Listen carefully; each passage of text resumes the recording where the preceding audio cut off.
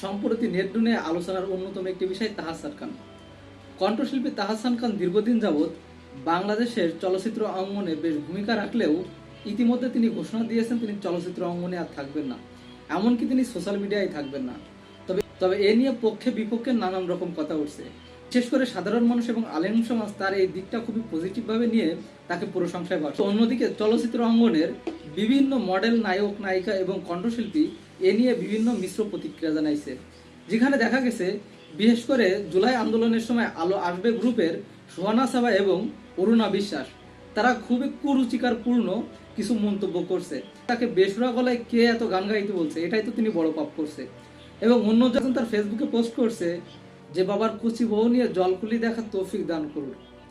কথা হচ্ছে একজন মানুষ পরিবর্তন হতেই পারে, যে কোনো কারণে সে পরিবর্তন হতেই পারে, যে কোনো সময়, যে কোনো মুহূর্তে।